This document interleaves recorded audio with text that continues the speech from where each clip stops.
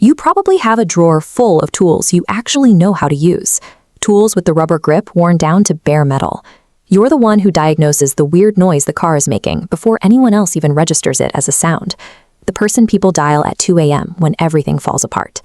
You figure out how to bleed a radiator with a flashlight clenched in your teeth at midnight, and when it works, you tell nobody.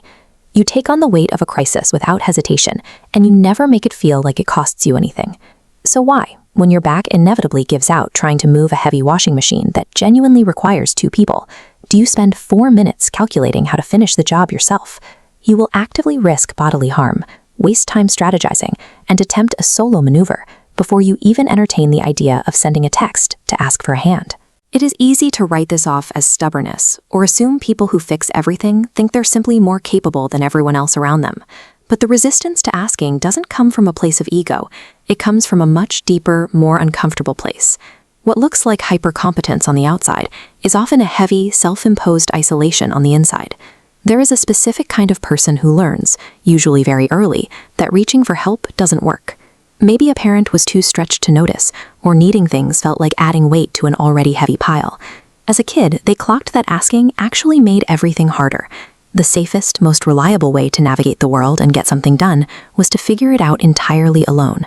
Psychologists call this an adaptation. Adaptations formed in youth don't quietly dissolve when conditions change. They harden. They rigidify into the shape of your adult personality.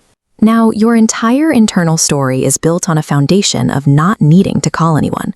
Asking requires sitting in the experience of visibly being the one who can't, a state your brain actively categorizes as extreme vulnerability and danger. The discomfort of that moment causes an almost allergic physical flinch. Asking for assistance feels like a fatal crack in the foundation of who you are. You develop a physical relationship with competence. Every fixed thing is quiet proof of your value, which means every unfixed thing, every moment of standing in front of a problem with no clear path through it, registers as a terrifying counter-record that threatens your identity.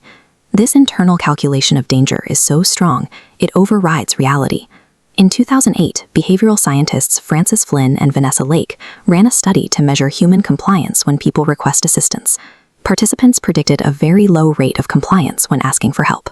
But when making the requests, the real rate was significantly higher. People consistently underestimate how willing others are to step in. The world is much more available to provide assistance than assumed. So the problem isn't availability, it's the broken internal math of the person asking. People weren't calculating whether others would help. They were weighing what it would mean about them to need it.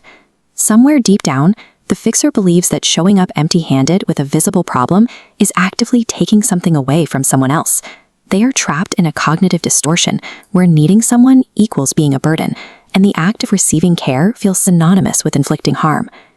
The most devastating part of all this is the double standard. Fixers are almost always extraordinary at helping other people. They show up, they leave things better than they found them, and they would never make someone feel like a burden for asking. They would be genuinely offended if you suggested they viewed someone in need as an imposition. And yet they remain stubbornly, sincerely convinced that they would be an imposition if they asked for that exact same grace. If you recognize yourself in this, you know why the standard advice to just ask for help is completely useless.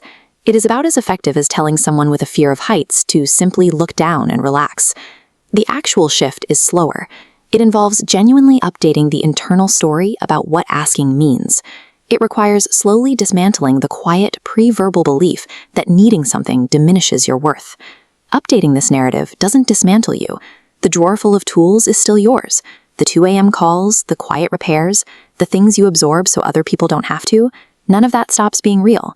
You can still be the person who fixes things. You get to keep your strength and your capabilities. You are just also allowed occasionally to hand someone else the reins.